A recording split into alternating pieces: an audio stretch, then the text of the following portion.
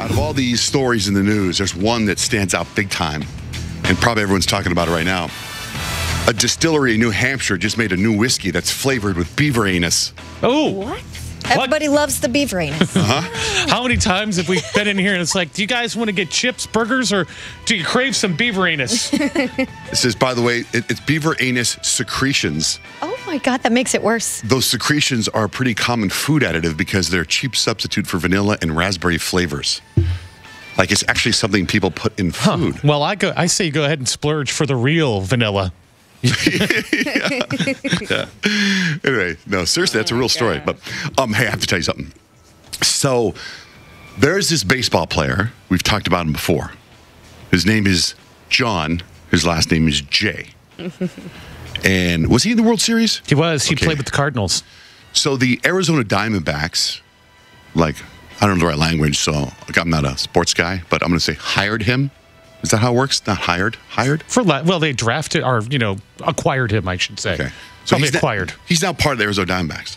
So last night at it was like 9:30, I get a phone call from like the general manager of the Arizona Diamondbacks on my cell. And I'm like, hello? Like, Johnjay. I go, yeah. And he goes, listen, we've got a new player. His name is Johnjay. And I'm like, yeah, I know.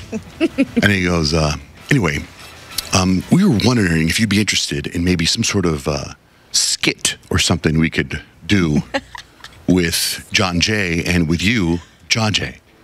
And I said, a skit with Johnjay and Johnjay? And he goes, yes, a skit with Johnjay and Johnjay. And I was like, yeah, man, I'm up for something. And he goes, okay, you have any ideas? And I go, well, give me a second. And I thought, hey, why don't we let's do the Chris Brown Freaky Friday video. I said, I go have Johnjay come in here and try to do a radio show, then have me go out on the baseball field and try to hit balls or something like that. He's like, I love it. That's really good. So he goes, I tell you what, he goes, let's do it after our next homestead, is what he says, right? And I go, sure, no problem, right? So I hang up with the guy. And then I text this friend of mine. Her name is Ginger. She's really a huge baseball fan.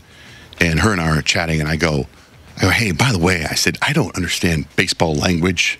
Like, homestead, does that mean like the next time they are playing at home?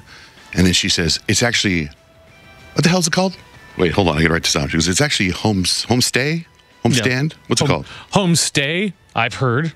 For sure. I haven't heard any of them. Homestand, I've heard. That means like a series of games at home. You may as well be homestand speaking for sure. French right now. What'd you say, Bill? It's homestand. Homestand, yeah, that's it. So she corrects me and she goes, well, get this, it's homestand, not a homestead. It's a series of home games. So after this homestand, they hit the road, they're back on the 29th, and that's when they want to do something with me and Johnjay. And then she sends me the definition of homestead and homestand. And homestead is a house, especially a farmhouse. And I said, well, then I had it right then. They said, when he comes back from the farmhouse, we want to shoot this video.